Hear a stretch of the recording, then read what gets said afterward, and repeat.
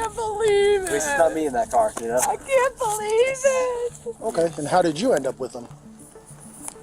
I murdered him. With what? A knife. Why would you have done that? I've always wondered what murder felt like.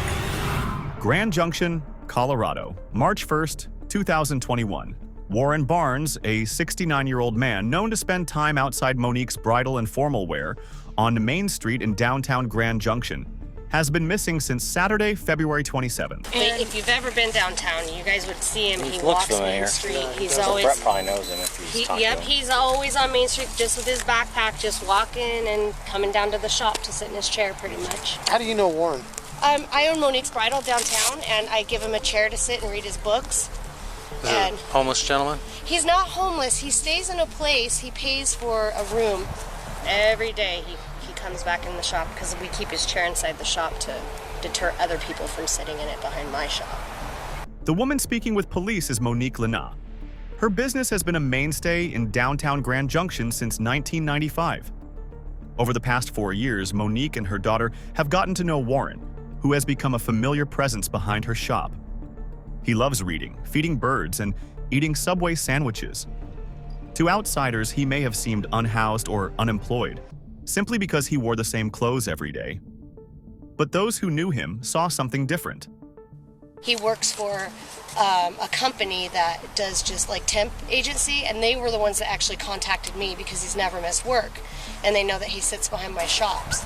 So every morning it's around 6? Yeah. Without fail? Without fail. 7 days a week? Yes. He is there every morning. All by himself? Yeah. Warren was kind, gentle, and well-liked by the community.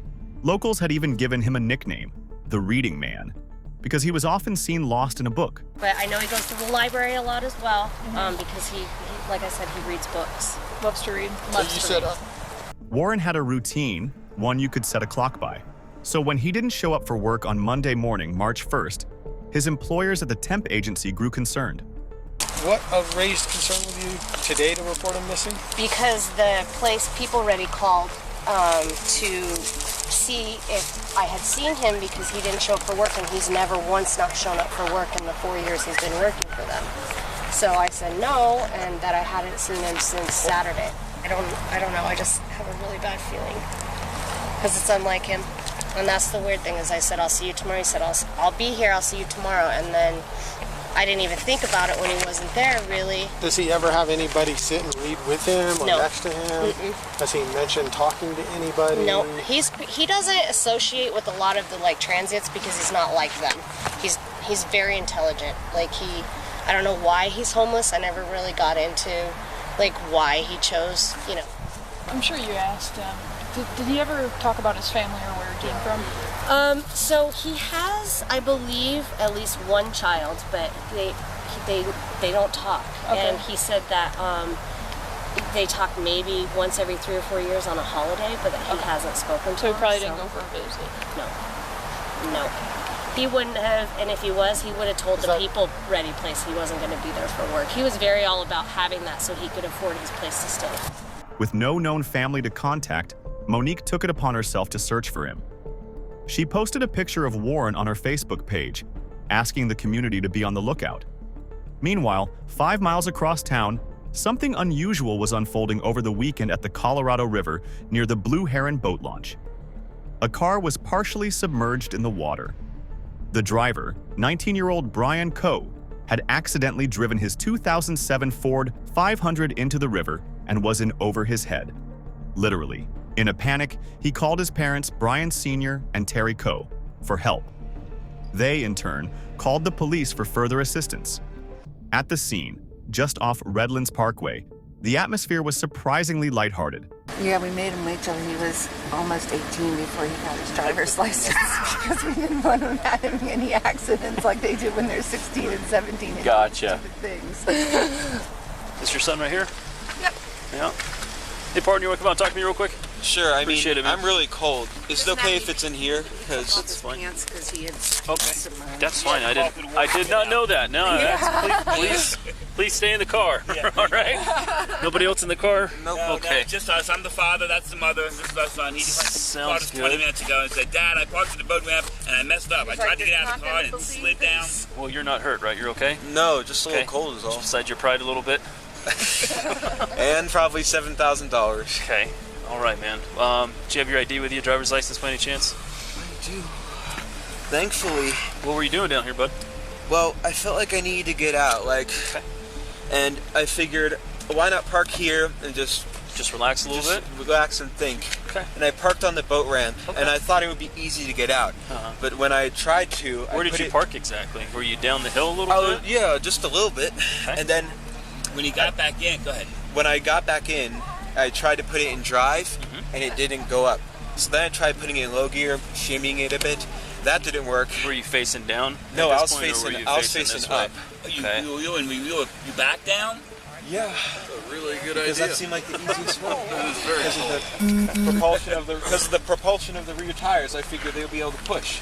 Okay. But yeah, then. Okay. Yeah, then it slid into the river. I was able to get out. Because I was like, it's not a crash.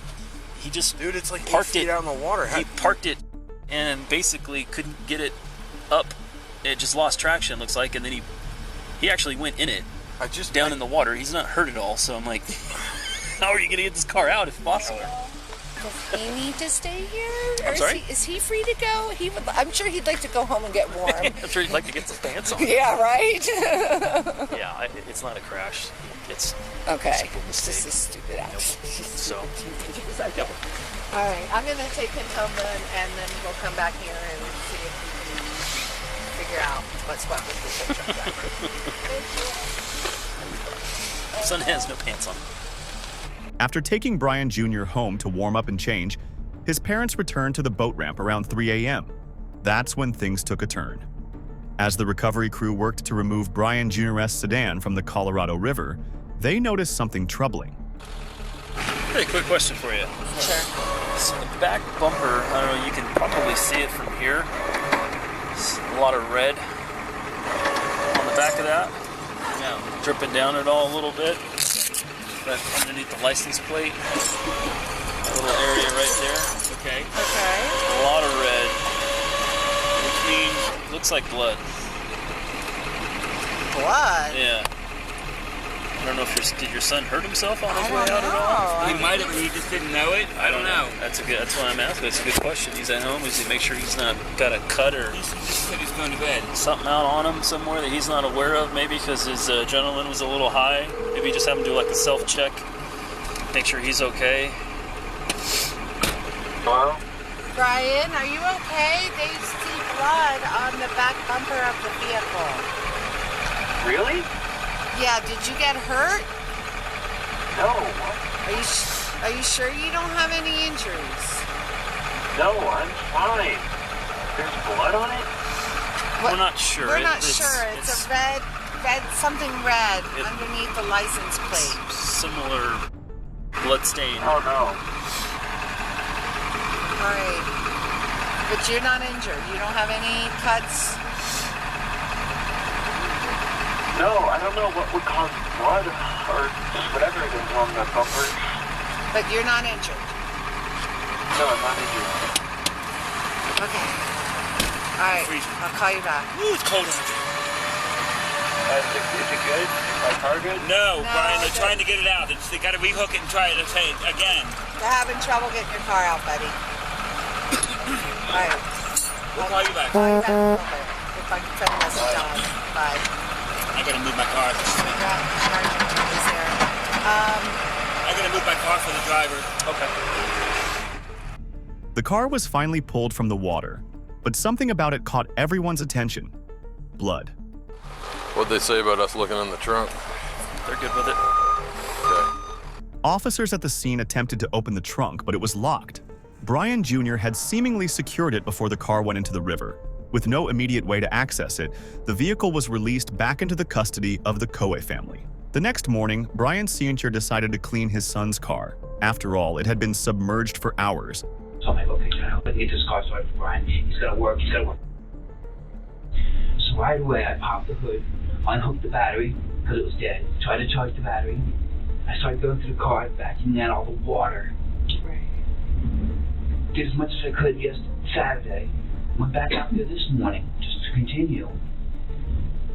And I opened the glove box, and there was a knife in the glove box, underwater. Okay. The glove box is full of water. Very large knife. Okay. And then, as I go around the passenger door, I open the passenger door, and there's a wallet in between this door and the gun or whatever. Okay. And I open up, that's not Brian's wallet. It's frozen solid. That's not Brian's wallet. But as he examined the vehicle, he made several disturbing discoveries: blood on the bumper, a knife, and a stranger's wallet. Concerned, Brine Sr. made a phone call to a company whose business card was found inside the wallet. I ended up getting one of the wads of cards out. There's a labor ready. I read that, so I called labor ready. And then another one, there was a social security card. Okay. I was like, hey, this is a weird call, but I've got a wallet here with so-and-so's name, and I'm hoping he works for you all, or you sub him out or whatever. Oh yeah, my one, we've been missing him. Yes, he didn't show up today. I'm like, oh my God, now we've got a missing person. Okay, well, I found his wallet at Blue Hen Program. So here's my name, here's all my information. If you get a hold of him, tell him I've got his wallet here at my house. Okay, so I left that like that. Called Brine. Brine, what's going on? Why is there a lock in the car? Oh, I found it down in the book room when I was down there walking around. Okay. And he was so sincere. I took it all. I want to believe him. He's my son. Sure. Found him, Brine, how come, and all this going on in the last 2 days, well, how come you didn't tell us about the wallet? Dad, I was just so excited with all the going on. My car getting towed because it's wet now. It won't start. I just didn't think about it. I didn't think it was important, Dad. I'm like, Brine, who is this one, whatever guy? Mm-hmm. Dad, I swear to you, from the bottom, I only know one more, and he's my school friend. It's not him. I believe him.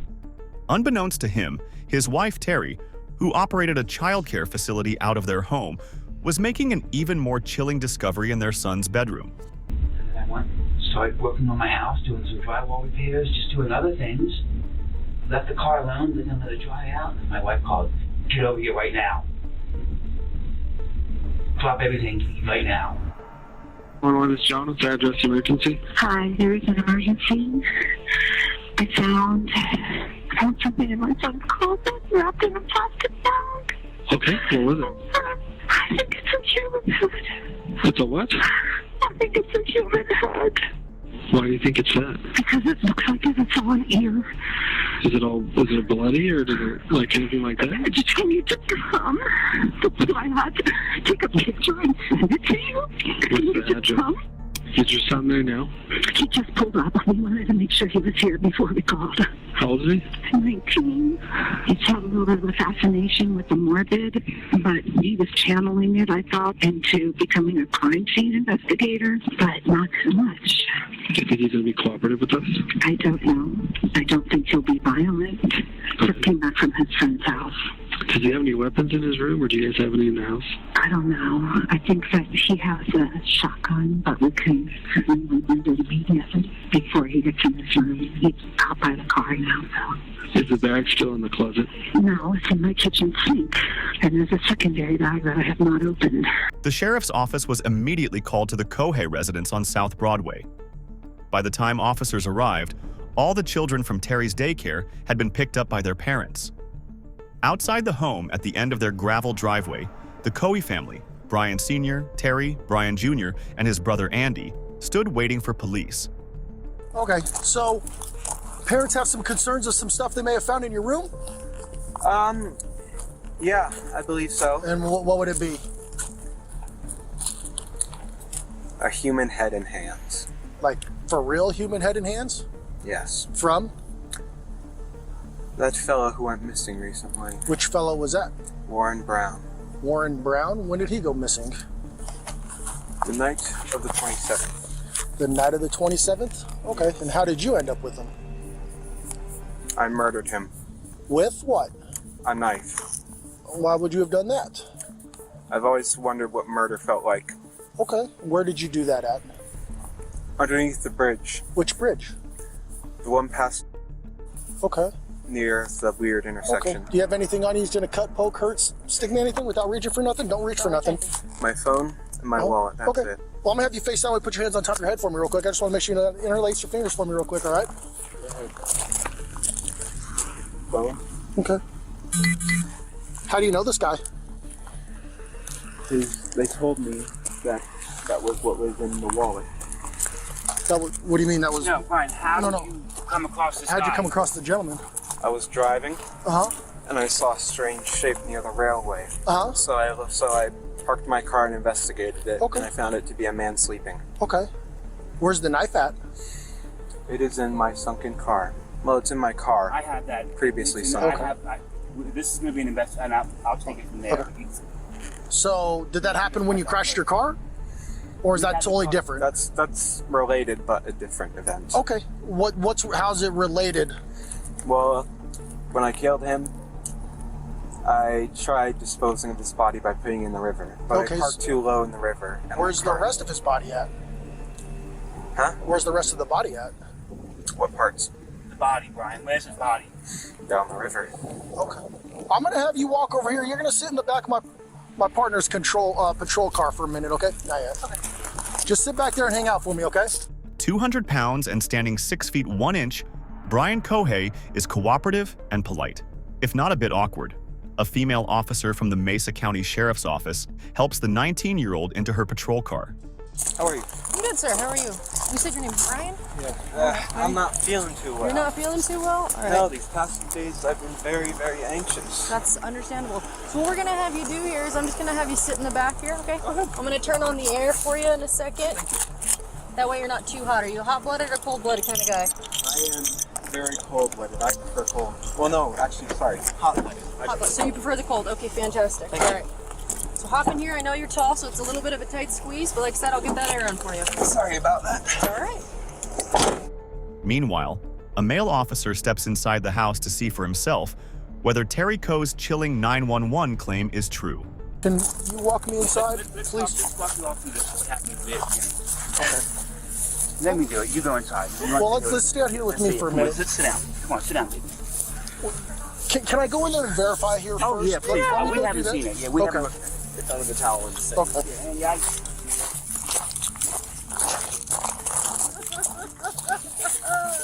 Stay with your mother. Give her Just make sure that guy goes in the car first. I can stay there. You can go in the sink, right? Well, yeah, Sink okay. right there. No, house is empty. Okay. I had a bad feeling about what happened this weekend. Okay. She said there's a bag in this closet, and she opened it up, and she called me and said, "Get over here right now." I covered it with a towel. Okay. I didn't want him to see it because we didn't want him to run. I don't want to look at it.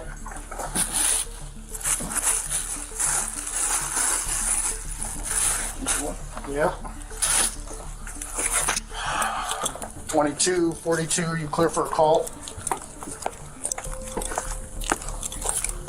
Got my water. All right, I'm giving you a call. Let me know when we start. Yeah, let me get this figured out.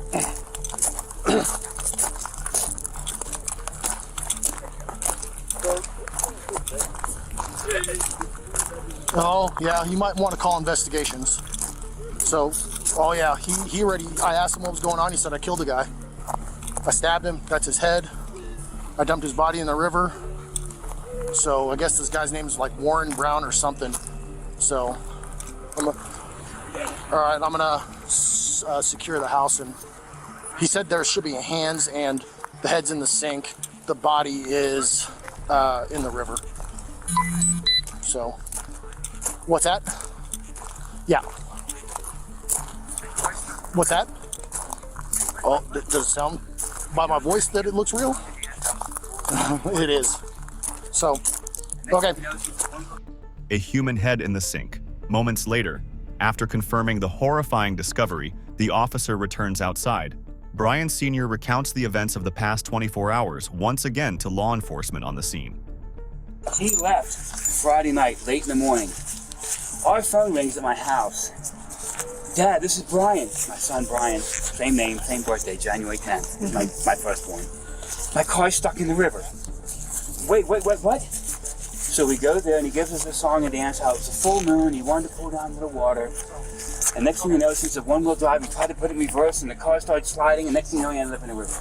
So we get there to pick him up. We call the police at 2 o'clock in the morning. My son put his car in the river. So they called a tow truck company. We called 4 tow truck companies. Couldn't get the car out of the river. Where's the car? Blood all over the bumper. Where is the car? So we towed it to Scotty's to see if they could fix it. So I called Scotty's and said, "Don't touch it." Okay. I already called him and said, "Don't touch it." Nothing was taken out of the vehicle. Yes, you know. I did. Yes. What did you take out of the vehicle? I cleaned it up. Bottles, everything, incriminating Do you know stuff. where that stuff is? Yes, it's all at the house. It's all at the house. Yes. Okay, yes. in a bag. No, I didn't know this had happened first, so I'm thinking I'm gonna get Brian's car cleaned out. We're gonna get it all fixed up. Right. Call Scotty's. They're gonna start it up. Right. But then things started unfolding. Okay. We saw blood on the bumper. We asked Brian, Brian, what's this from? Oh, I think I cut my finger. What else has got on? I found a wallet. So I'm going to the car this morning, and there's a wallet in the car. And I'm like, Brian, whose wallet? Oh, I found it at the boat ramp. And where were you going through the car this morning? Because it was at my house.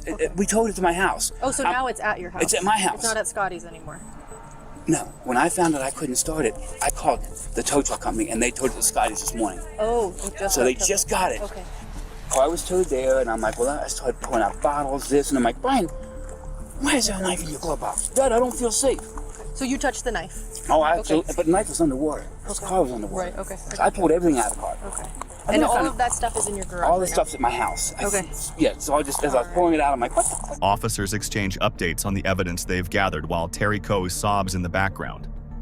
So he had the car at his house this morning. He took out knife, a bunch of stuff. Who's? Brian Sr. His house. I have the Hold address. on one second. Go ahead. As the Coe family awaits instructions, they are left with unsettling questions. I know you guys have a lot going on right now. It's a lot to process, so we'll work with you every step of the way as much as we can. Yeah. How long till the news company shows up? We're gonna try to keep that a while, so we're hoping. 'Cause we need to get clearance from you so we can get out of Dodge. Don't. Because I don't want to. We can't have news in front of me. I run the life jacket program here in town. Okay. That's Biggest me. thing is our investigation unit. Oh, absolutely. Here and talk to you guys. And Absolutely, then, sure. Like I said, even if news shows up, we're not going to let them down here. Thank you. So Yeah. Okay. Just focus on. When I'm up there breathing either, they'll and be able to kinda- see stuff from up there too. Well, nobody else should know about this right now. Yeah. Okay. Good. Okay. So, and again, be careful who you guys talk to, who you No- tell no- anything. nobody. or You haven't anything. told anybody. Nobody knows. Nobody knows but you. Perfect. Same goes for you. Yeah, Are yes. you family? My son. Yeah. Second Okay. brother. All right. Second son. Okay. And your name? Nice to meet you. Sorry, we're meeting this way. Okay. Oh my god, I can't believe it. At least it's not me in that car, you know? I can't believe it. Oh, oh my god. It's kind of a time to not really know what to do. So. What happened? At random too. Why? I don't get it. Don't have any answer. How old is Brian? 19. He's 19. 110-02. Mom, 19. what's your name? My name's Terry. Terry. Okay. Are you okay? Do you need any medical? Well, we're waiting on a call from my doctor. Okay. Okay.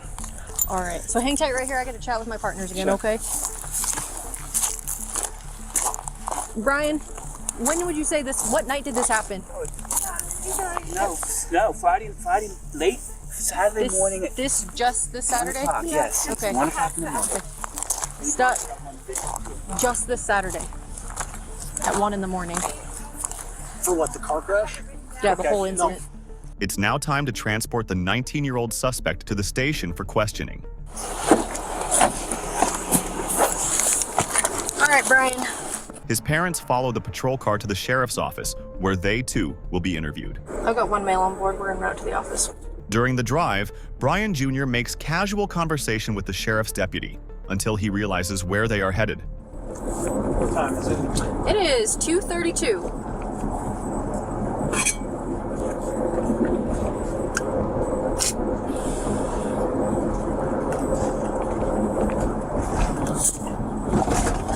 It was under this bridge. It was under this bridge? Yeah. Okay.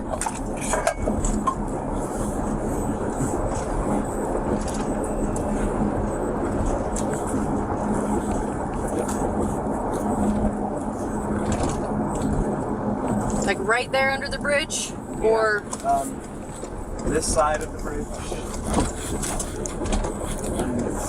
behind one of these support pillars. Okay. Stuck quick.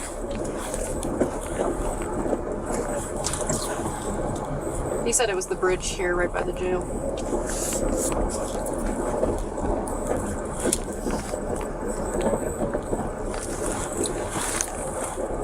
From what he's saying, it sounds like overpass, but we'll clarify. Meanwhile, a patrol car is dispatched to inspect the underpass where Brine claimed the crime occurred. Officers quickly confirm that he was telling the truth. It's right here. Oh, you see it? Yeah.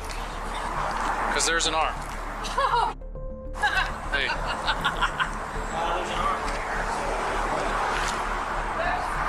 Good search ever. There's an arm, there's another arm. Okay, hold on. Do some pictures.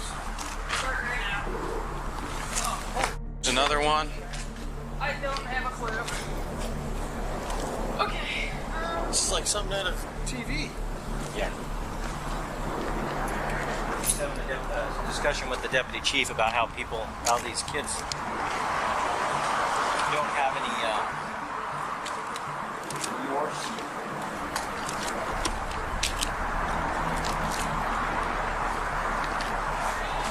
Right, here's a leg. So that could be the upper arm or a leg. Well, there's 3. There, and there. Pieces down there, I mean. A patrol guy to yellow tape it and then hold it, because the potential is that there's a secondary by the boat launch. Yeah, I would think so. Well, we can if run you out want to there go, and look at that, and then if you guys, we just ask for a.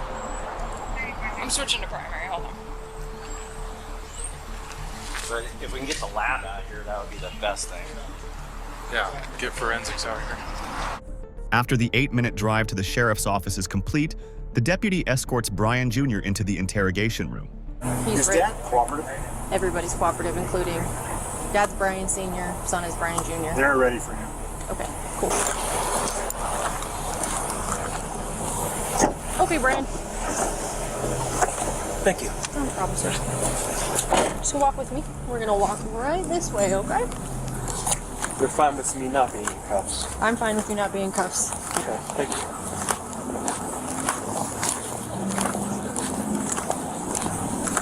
Alright, Brine, open this door for me, please. Oh, let's pull it. There you go. Okay, sorry, I thought You're it was good, you're locked. good. Alright, just face that glass right there for me. Okay. Just walk forward for me, Brine. Alright, slow down. You're a big guy. Slow down. Sorry. You're okay. So we're gonna take a right here. Okay, keep on walking. Yes. Walk through these guys here. Oh, I should have a mask. You're okay. Don't worry about it, okay? Keep on walking. Yep. Alright, we're gonna take a left. Keep going. Take another left. Hard left. Right here. Right here. You're alright. So have a seat, and we'll be with you in a moment, okay? Thanks, Brine. His parents arrive just minutes later. Just follow me all the way down.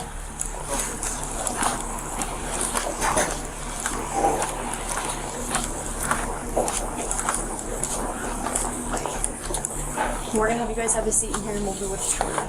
The detective gets straight to the question on everyone's mind. What could drive this seemingly non-violent teenager to murder?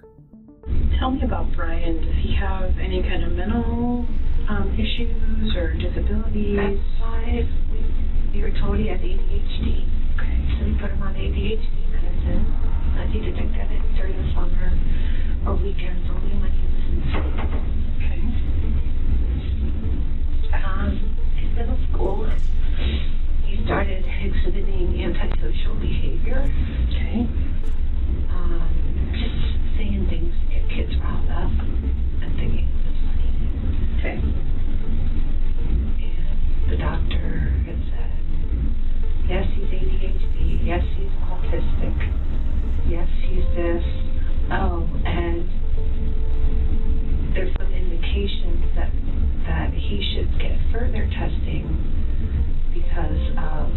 potential psychosis. Okay. And I asked about referrals and calls, and nobody in town would see those. Okay. The only place to go was Denver. And I was like, how am I supposed to just take them to Denver? And so we got them involved with. She worked with them for about a year, and then COVID hit. And so she couldn't do sessions anymore. And they tried to do over the phone sessions, but this is not very effective, beneficial. And it just kind of, like, we just were like, okay, well, he seems to be doing good. You know, he graduated high school, he works with, and he's been working there for a year in August. And he said he is not taking his medication, or is he on medications now? He's on ADHD medicine. Okay. That he takes before work. Okay. On his part-time job. Okay. And he takes sertraline, which is an anti-anxiety, antidepressant. Okay. So he's been diagnosed that as well. And to the best of your knowledge, is he actually taking them? Like, do you watch him take them? I don't watch him take them, but I have an alarm set, and every night at 10 p.m. I say, Brine, take your medicine. And he says, I know, I am. Okay. And as I've looked at his pill container, I mean, it's going, you know, seems to be going down. Okay. So I assumed he was taking it. Okay. What about alcohol or any other recreation drugs? No. Nothing like that. When you talked about the school stuff and having lots of issues, what were the issues that they were having that made other kiddos not feel safe? He would make jokes that were not appropriate. He got suspended a few times, like for behavior that wasn't acceptable, like this one girl that he knows very well. He knows that she has a lot of issues, and that loud noises frighten her. And so, you know, one of his school suspensions was when he, you know, came up to her in the hallway and clapped really loud next to her, you know, knowing that it would put her in a panic, and she cried, and you're like, yep, no, you know, that's not how, no. You knew that would upset her, and you did it anyway. And he got suspended for prohibited use a weapon, but there was another boy who brought in nunchucks to school on the school bus, and Brine was like, wow, cool, you know, and I think this was in 11th grade, and so Brine was like, I think Brine had given out some candy to some kids on the bus, and so Brine was like, can I check those out? And he's like, I'll bring you in so I could give me some candy. So Brine gave the kid candy, and the next day the kid comes on the bus with two sets of nunchucks. One are glass, and the other ones, I guess they're like rubber. I don't know. I never actually saw them. Okay. But so he's like, I know I can't take the glass ones because I'd be in trouble for that. So he took the rubber ones and he put them in his backpack. And his backpack was, I don't know if it was in his backpack or in his jacket. There was some differentiating stories. Okay. But so the teacher saw them and they said, what's that, Brine? And he was like, nothing, you know. And so Bob Omar, you know, he was like, you know, we have a prohibited weapon on school grounds. And I'm like, okay, well, what about the other kid that brought them in? And they said, that kid doesn't have the behavior issues that Brine has. And I'm like, oh, so you're punishing Brine because he has behavior issues. I see. So Brine went through probation and he completed it successfully. The line of questioning pivots to Brian's behaviors and interests. How about stuff at home with you and your husband and your other son?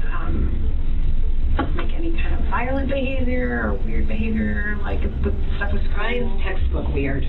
Okay. You know, I mean, he's always, you know, he's either ADHD and we're struggling with social thinking and social behaviors and learning and, You know, it's always been a challenge with Brian. But not violent behavior towards you and your husband. What about other kids in the neighborhood or on the bus? He didn't really, you know, he had a couple of friends that he's had since elementary, but you know, he had a morbid sense of humor and would make jokes, and I'd say, Brian, that is not funny. And he'd go, yeah, it is, Mom. You just don't get my sense of humor, you know. But some of his behaviors that we attributed to autism, like the flat face, maybe isn't attributable to autism. Obviously, it's something else. Okay. What about any fascinations or things that he fixates on? A lot of perseveration on crime and crime scenes. And so he was talking about going into the military in the fall, and when he gets out, having your job. And so I had purchased online a crime scene investigation book for him. You know, it's like one that you probably read it when you first started out in college. And so I gave that to him, and I was like, so here, Brian, you know, let's channel that curiosity into something positive that you can affect a good change in the world. And he's like, yeah, that's my plan, Mom. But you know, he's not going to say always had a fascination. You know, I'm going to say in the last few years. Okay. And is it like shows that he watches, or like tries to do things to create a scene? You know what I mean? Like whether it's like animal stuff or nothing. No, like he loves our dogs. Okay. You know, I mean, he's very affectionate with our animals. And, you know, he would watch, you know, like just last week he watched Silence of the Lambs. But I was like, well, he's 19, not sure, you know. Probably all watched it. I watched it. It doesn't make me a serial killer. You know. Is there anything else about Brian or the last couple of weeks? No, he's always, you know, sometimes he's affectionate, you know, and every night when I say, I love you, Bugs, and he says, I love you too, Mom, you know, and he gives me a hug, and, you know, he's at work when he's supposed to be at work. He's never, I mean, other than his behavior issues in high school, it's like there's never really been, like, anything legal that was, you know, that was a problem, but I was like, uh-oh, you know. When they did his testing, and forgive me because I don't know all of the exact language and stuff, but like on the spectrum of his autism stuff, did they kind of give you a range, or did they say we think maybe based on some behaviors they said he was high functioning, you know, that he did the IQ tests well and blah blah blah. But they said, but you know, in going through this, I think that it would be beneficial if he received further testing. And I said, okay, who do I go to? And they gave me a couple names, and I called them, and they said, nope. And then I said, okay, who else should I call? And I called them, and they said, nope. And I said, who else should I call? And I called them, and they said, nope. And there was nobody else to call. Okay. And this services, is she just kind of doing some basic counseling type stuff? She works specifically with autistic children. Okay. And so we were referred to her from, okay.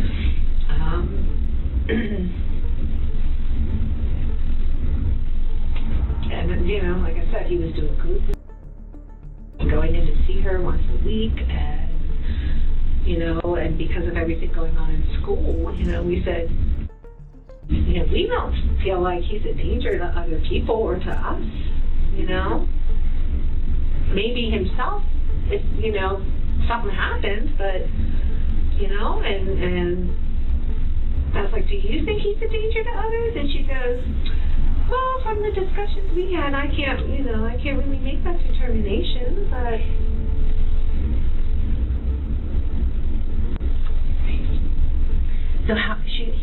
must have been going to her for quite a while then. He was seeing her for about a year.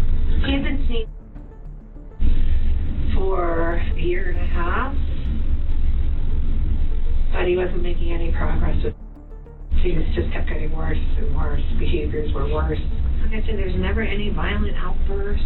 Never, just a fascination with some things that I thought we were channeling properly, and his morbid sense of humor, and that I was like, well, Stephen King's got a morbid sense, and he's a freaking millionaire writing books, Brine Sr. is dumbfounded. Our kids are both doing good. They're okay in school. They don't drink or smoke. So I didn't really have no warnings that this was going to happen. He's obviously sick. He's obviously very sick. We've noticed weird things about him. Some days he gets cold. Just he looks at me and he has this cold look on his face. And I can just tell that, I don't know if it's from his friends that he's hanging out with or what, but... Tell me about some of the, I know he's had some issues in school, but tell me about Brine from his childhood. Very growing up. He was good growing up, but I think they diagnosed him early in elementary school with ADHD because he would, he had trouble meeting friends, trouble talking, doing funny things. So he was always kind of on his own. He was a loner. He had friends, a certain amount of friends, but he wasn't like, hey, he wasn't accepted very well. Okay. In school, he wasn't accepted, I know that, but he's got friends that he hangs around with, respectable friends. And we just thought, but it seems like not friends that would ever, not those kind of friends. Sure. Clean, good friends. Okay. The worst they have is they play video games. They drink too much Pepsi. That's my only complaint when all his friends come over. They stay up too late. None of them are. I don't know what happened. I don't know why. What made him go? And I'll never know that question. I don't know how many times you want to ask me. I don't know why, who, when, where. I don't know. I'm just as dark about this as you. Never been physical at all with any family members. Mom, dad, Brine, dogs. Never any not a cool bone in his body. Never, ever, nothing. And as far as his friends, no, he's never been in a fight in his life. Okay. He's never hit anybody. He's just like his dad. I've never been in a fight, man. I thought it was going to be a spin-off of me. Because he's non-violent, but he's not. I don't know what's going on now. Everything's different. This is too much for me. I have the same name as my son, and now this has happened. I need to move to Mogadishu or something. Because I can't. This is going to kill my family. How do I know this guy's family's not going to come after us? Well, there's lots and lots of... I don't know how this is going to unravel. Sure. For the sins of my son, I don't know what's going to happen tomorrow. Right. And my wife is just a mess. Just take it one day at a time. That's all you can do anyway. And I know there's lots and lots of unknowns and lots of stuff we don't know. It's going to take us days and weeks to sort things out. Mm-hmm. So try not to panic in the meantime and think too far ahead. Let's just think about... No, you guys are in charge right now. Terry and I have decided we can't do anything until we're out of this. Until you guys say, okay, you are released. Right now we can't do anything. Well, we can't go anywhere. I'm not working anymore. She can't have any more kids anymore. Everything's over. It's all done now. It's over. Our lives are totally over. She runs a license in-home daycare. She can't have a license anymore. I don't think that's true. Oh, okay. Well, her parents, when this hits the news, all the kids are going to be pulled out. Maybe. So, yeah, everything's going to go belly up here. So if things are going to change, I don't know how it's going to change, but I got a feeling Grand Junction's no longer going to be our hometown because my name's been trashed. In another room at the Mesa County Sheriff's Office, Brine Coe Jr., now under arrest and charged with first-degree murder, waives his Miranda rights and is ready to talk. Investigators waste no time. How did you get here? I murdered someone. Okay. But how did you get to my office? Well, the police drove me here from my mom's house. Okay. You said you murdered someone. I did. Did you know the person? No. No? No. I was driving one night. I was in a, shall we say, bad state of mind. Okay. I saw a strange shape by the railway tracks, so I investigated, and it revealed me a homeless person sleeping. Well, I presumed homeless. because he was there. Okay. So I stabbed him to death. Okay. Then decapitated his head and hands and arms. Okay. I then took the head and put it in my car trunk along with the hands in bags, plastic Ziploc bags. I took it back to my house, cleaned off the knife, tried to hide the head and hands, removed the trash in my car that was stained in blood. And then I tried sleeping. However, I was quite stupid, shall we say, because I decided that's too much evidence. The body needs to be dumped in the river. So I took the body in the trunk, drove it to the Blue Heron drop-off point, and unsuccessfly dumped the body as I parked too low down the ramp. The ramp is undirt, so unless you have four-wheel drive, you're not getting out. And I was able to get out, and my car flooded. Let's see, I killed him just after 11, February 27th, 2021. And then I dumped the body. I tried to dump the body. Sorry, I'm trying to remember the time exactly. It was 1 a.m. Okay. And yeah. So that sounds fascinating. What do you want to know? To start back at the beginning and go slow and tell me as many details as you can remember. So, because I mean, I'm already going to jail for 15 years probably. I have no idea. Because we're at the beginning. It's murder. I mean, I'm going to jail for 20 probably. But so I figured, why fight it? Okay. So what's important to me is to learn as much about you and what you did and as I can. Well, as many details as you can give me, the better. I drive a 2007 Ford 500. Okay. And I keep a small 18-inch bat in there for self-defense. Okay. And a large kitchen knife in the glove box, both for self-defense, because I don't really trust anyone, or really any part of this town, so that's why I have both. And let's see, yeah, it was the night of February 27th. It was a full moon, and I figured I could see so well, why not drive out? And I am in a bad state of mind at that time. I have major depressive disorder, so I am not thinking, I shall say, positively. Okay. And I'm cruising around for an hour and a half. So I fill up on gas halfway through, and I'm eventually driving underneath the bridge near the sheriff's office. You know, like how... Can I? Oh yeah, go ahead. There's a road underneath, right? Out under the overpass. And I was driving along, and I see a shape here on the railway tracks. So I'm like, oh, interesting. So I go up, and as I'm looking, I see a large thing wrapped in a canvas. Okay. And I'm like, that's a homeless person. So I grab my knife, I put on 3 layers of gloves, because plastic gloves can betray their users because they're so thin, those vinyl gloves, by putting your fingerprints through. So I put on 3 on one hand. I took the knife, I pulled back the canvas, and I stabbed his neck. Okay. He was panicking at first in his old man voice. He was in his 50s. I know why I call him old man. He was saying, "What are you doing? What are you doing? Why? Ah!" And I just kept on stabbing his neck. It's okay if I do a demonstration. Oh yeah. This is him. I was strapped on top of him like this. Okay. And he couldn't fight back. It was actually surprisingly easy. I was barely breaking the sweat. I thought, oh, this guy, he's going to be tough. But no, it was actually surprisingly easy. And during the time, I was growling and making animalistic noises. Why were you doing that? I suppose it was a frenzy. Okay. I was so excited, so rushed up on adrenaline every day. And I paused, and he said, "Why are you doing this?" And And I said, I've been wanting to do this for a long time, murder someone. And then I continued. The whole ordeal lasted about a minute and a half. Okay.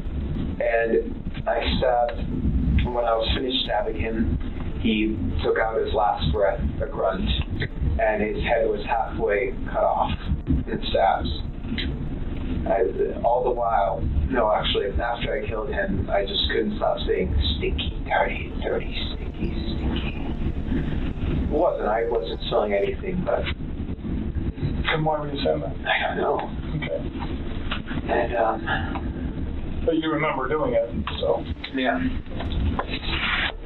I suppose it was just me speaking out my mind at that moment. It was a pouring out of the mind. What are you worried about? I mean, this looks like it's pretty close to the road and stuff. Somebody seeing you or catching you? It was 11 p.m., so not many were driving by.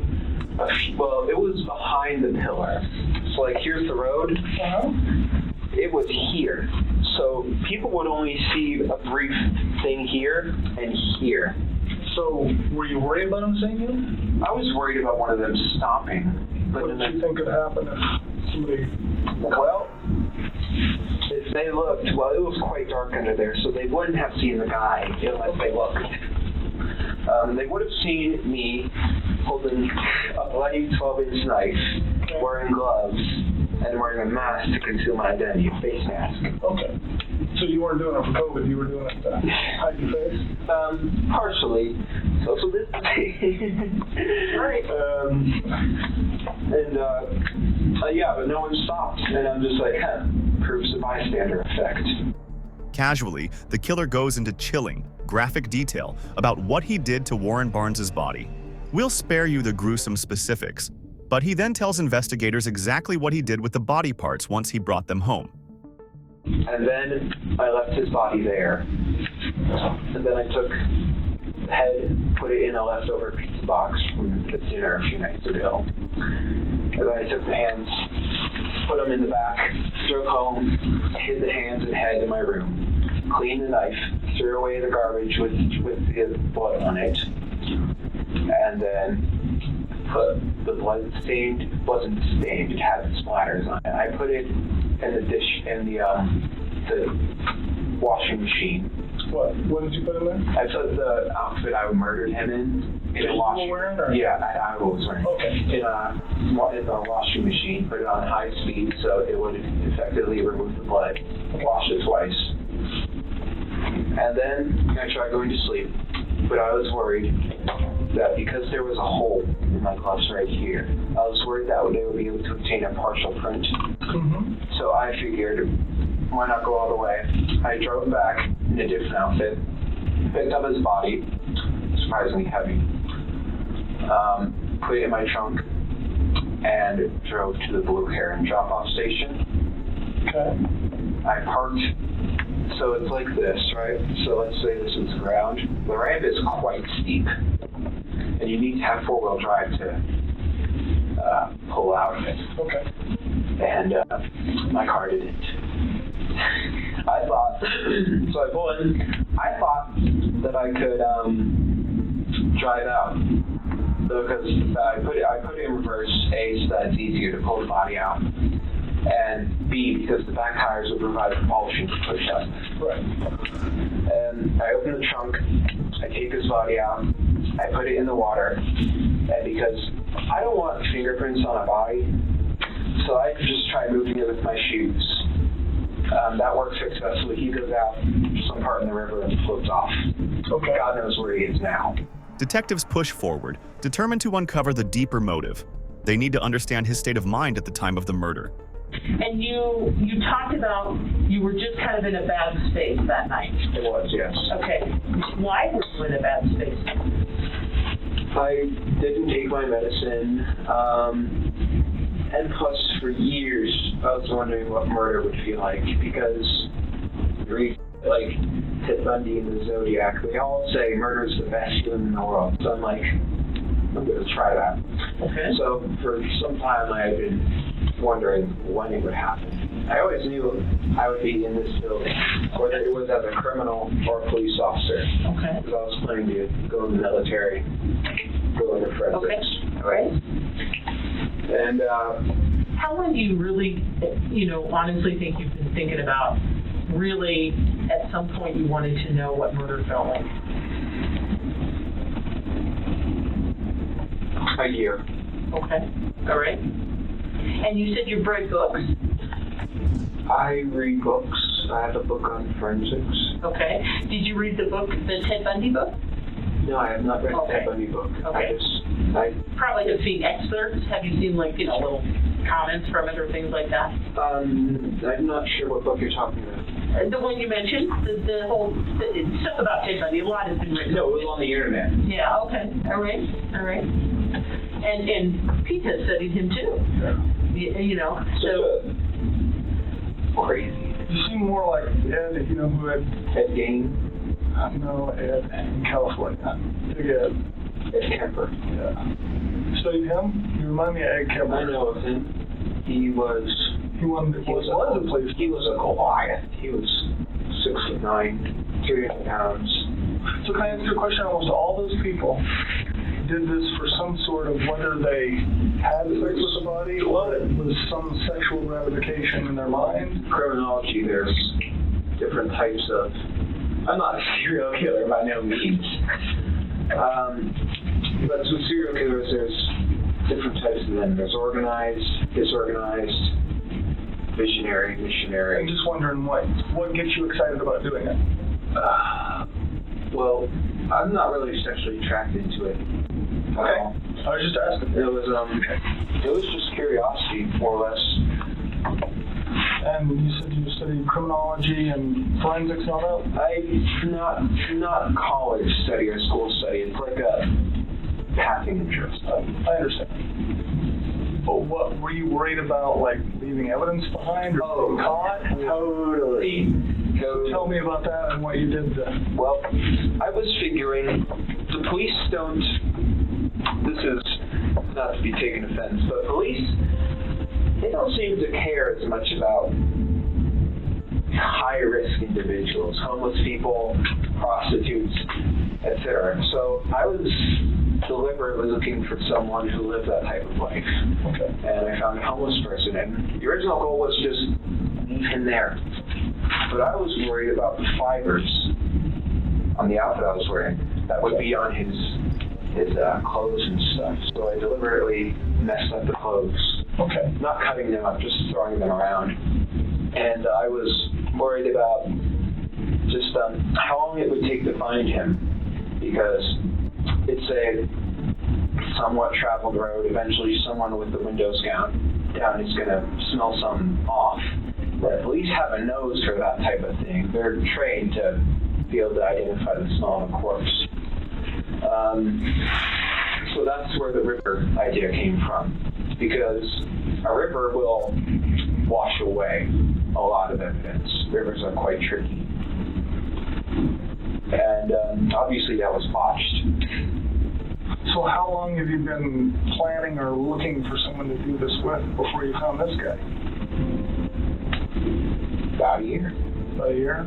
No, 6 months. So have you come close or seen somebody or chickened out or anything in the past? No. I mean, I was looking for a deliberately secluded place like that one. I wouldn't just go up in Clifton and find someone walking down the street and stab them. No, that's too public. Everyone sees that. Well, have you looked like at the homeless places or anything in the past? I have, yes. I would go on night drives often, maybe once every 2 weeks. And I would just peruse the streets. Okay. So before this guy, how close have you come in the past? Not at all. Oh, you just drive around and... Yeah, look, just try and find someone. Anybody interesting? No. In your mind thought of a plan? Well, occasionally when you see girls walking down the street, I take a glance at them, because it really is like Ed Kemper, where half of me says, well, I'm quite inept with women. I'm being honest, I'm no Casanova. But half of me says, I want to take that girl home and make her feel nice. And the other half of me, it's just like what Ed said, is I want to see what her head looks like on a stick. So occasionally when I'm driving down the road, if I see someone that catches my eye, I'll just like... Were you worried about getting caught while you were doing it or before you did it? I was worried about afterwards.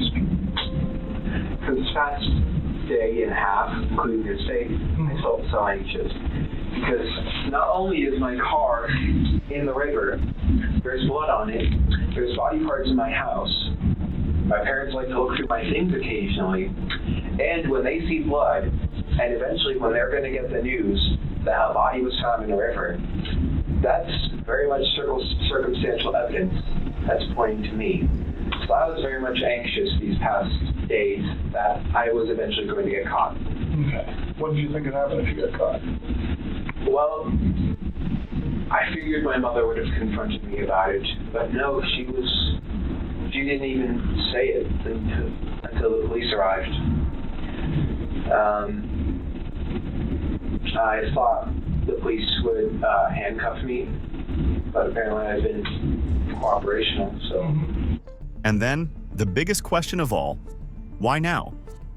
So what in your life has changed or what in your mind has changed to make I don't know.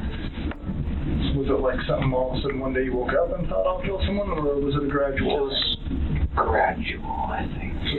Call me weird, but I think everyone has had thoughts of shooting up their school. I didn't though.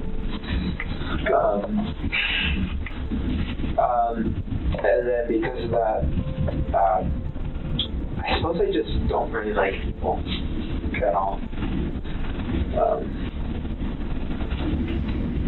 I don't know.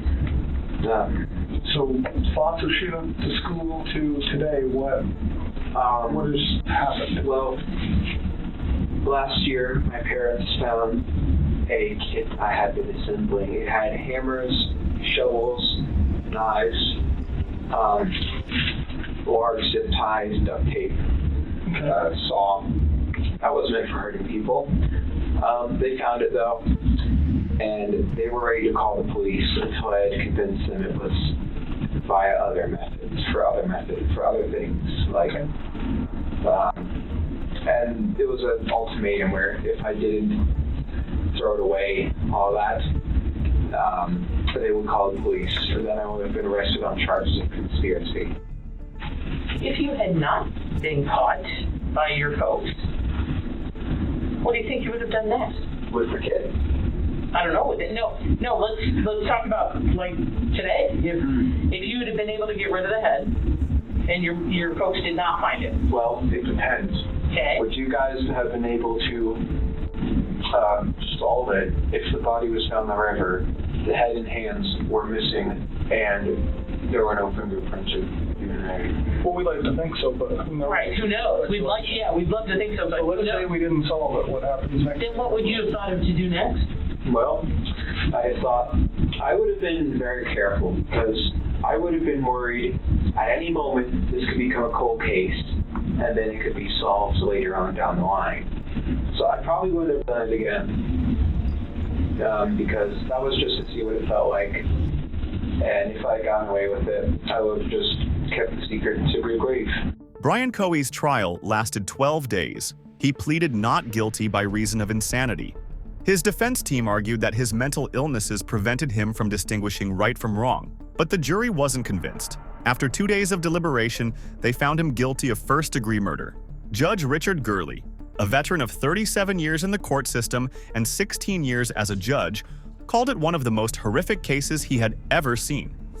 Choee was sentenced to life in prison plus 13.5 years, with no chance of parole, a far cry from the 15-year sentence he once believed he would receive.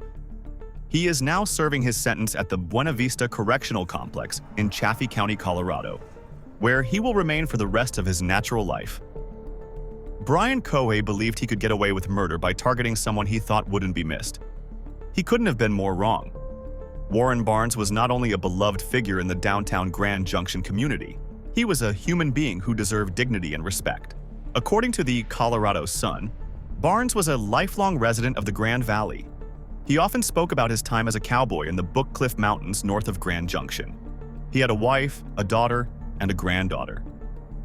Today, a sculpture by ironworker Tim Nevin featuring a tree, a chair, and a stack of books, stands in the breezeway outside Monique's bridal shop, where Barnes once spent his time. Engraved on one of the books are his words, "And you also." The memory of the reading man lives on in downtown Grand Junction, despite a monster's attempt to erase him.